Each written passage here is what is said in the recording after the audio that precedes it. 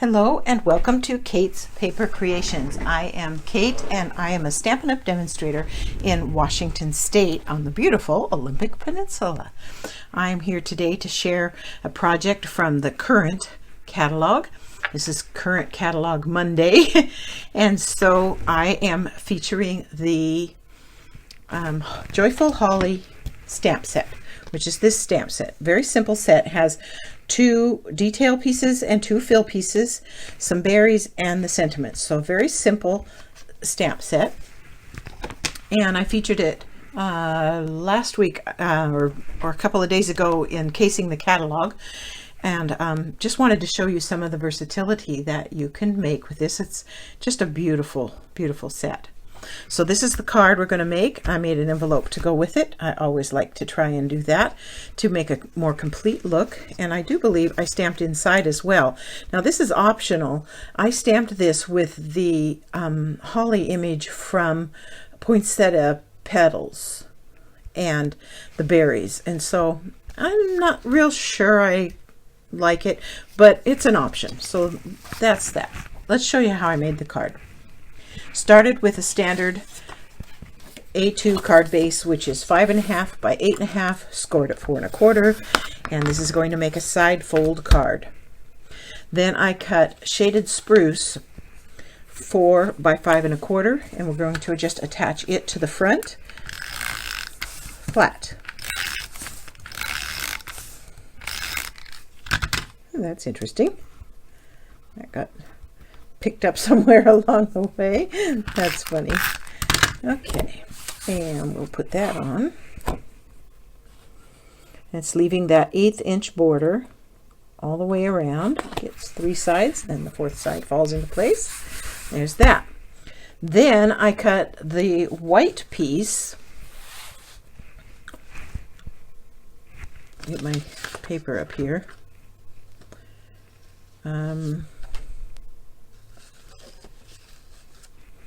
Well, let's just measure it. I'm sitting here thinking about it. This is 3 3/4 by 5. So it's just stepping it down by the 1/8 inch.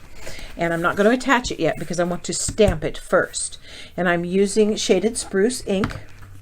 And I am using the larger of the 2 detailed holly images to start with. Let me get my pieces here. Here it is. So there's 2 holly pieces and one is smaller than the other. So this is the larger one and this one's the smaller one. And I'm going to use the larger one, I think. Or maybe I'm going to use the smaller one. I'm using the smaller one. Here we go. It's been a weird morning for me. Okay, so I'm going to stamp the detail full strength. And the first one, I want to be as close to the top as I can get. And so it's watching for that one piece and then centering it as best you can from right to left. There's that one. And then the one at the bottom, same thing. You're going to want to be as close to the bottom as you can get and centered from side to side. And there's that. Then we are going to do the fill with the same color, but we're going to stamp off once so that it has some contrast in the color. Now, a lot of people are using the Stamp-A-Majig for this, or the Stamp-A-Ratus for this. I'll be honest with you, I just didn't have a problem with just doing it like this. And I just start by holding it kind of at an angle, and I get my face in here, get one point lined up, and then just kind of, before I set it down, line up the rest and press. And it's good. You know, it may not, excuse me, it may not be perfect, but it's okay. It looks really good. Okay, so let's do this one. Oh, stamp off. I almost forgot. Get so concentrated on one thing. And you can see through the stamp. So that's how I did it. And it is a little bit off, but I still like it. So the next thing I did was use my Wrapped in Plaid Designer Series paper. It's left over from last year. I had a whole package of it that I bought and didn't use. and I didn't buy the new this year. I just decided to try and use up some of what I had on my shelf. But obviously you can use whatever Designer Series paper strikes your fancy. So I cut this 1 inch by the 3 3/4, so it'll fit across the center here, just like that. So let's do that.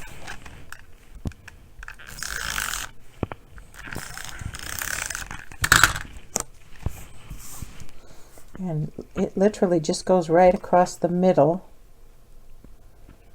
Might cover up just a tiny bit of the tips of your holly. That's okay. Then I'm going to go ahead and attach this to the front of the card.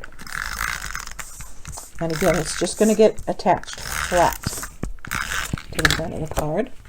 And again, it leaves a 1/8 inch border around, just like that.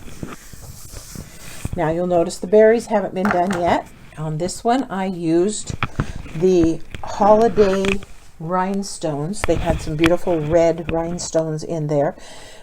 It takes so many of them for one card to fill in the berries like I wanted to do, that there weren't enough left to do a second card.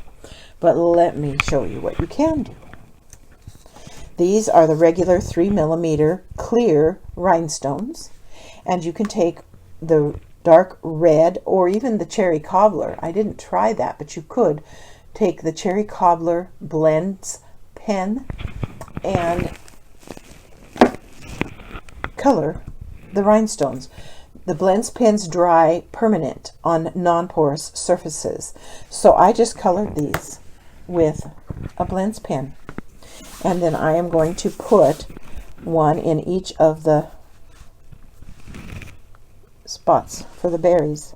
I just wanted some bling on this card so it wouldn't be too awfully plain, and they still stick just fine, and they were really easy to color, and this is just so fun. I do this all the time with the clear rhinestones and the pearls, because you can color either of those with these blends pens, and it dries permanent, and you can color coordinate with your cards, and you don't have to buy separate special sets of colored rhinestones with limited numbers like I ran into.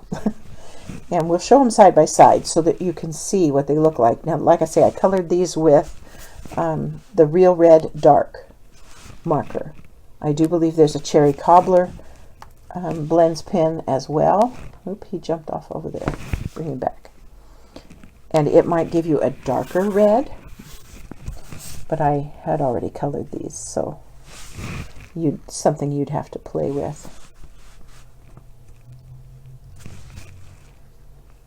And I appreciate your patience as I get all of these stuck on there.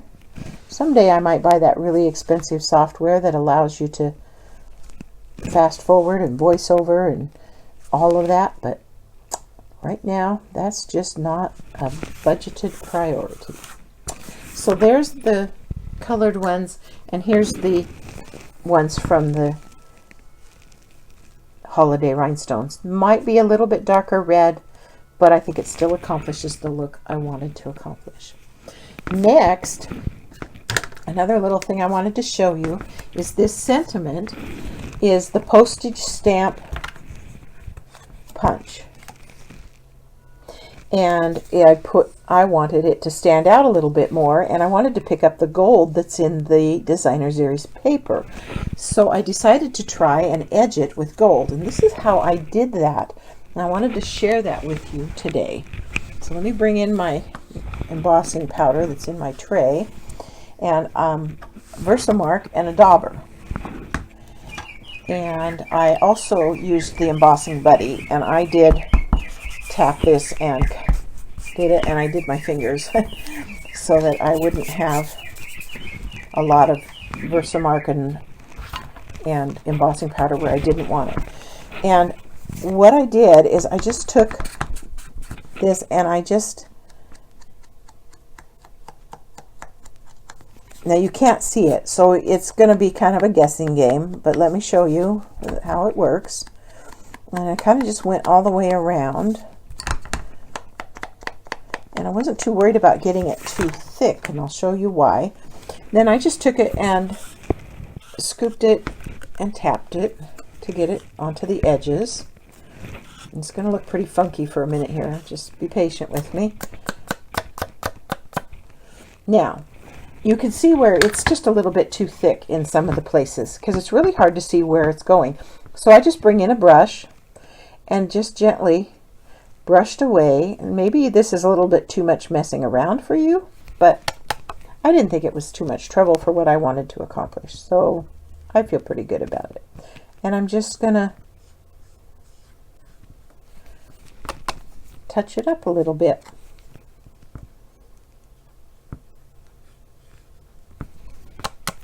And if you're a perfectionist, this probably won't work for you. But I'm not a perfectionist. I don't mind there being minor, tiny flaws in my cards. I think it makes them more endearing. And while I don't mess with obvious flaws, there we go. I think I'm happy with that. And then I would just take that and emboss it and create the tag that I already have for you. So I don't have to run the heat embosser right now. So then you just take the heat tool and heat emboss it. And there's what I came up with. And then I used the stamp set that's also in the sentiment, that's also in the stamp set. And it just says A Joyful Christmas to You.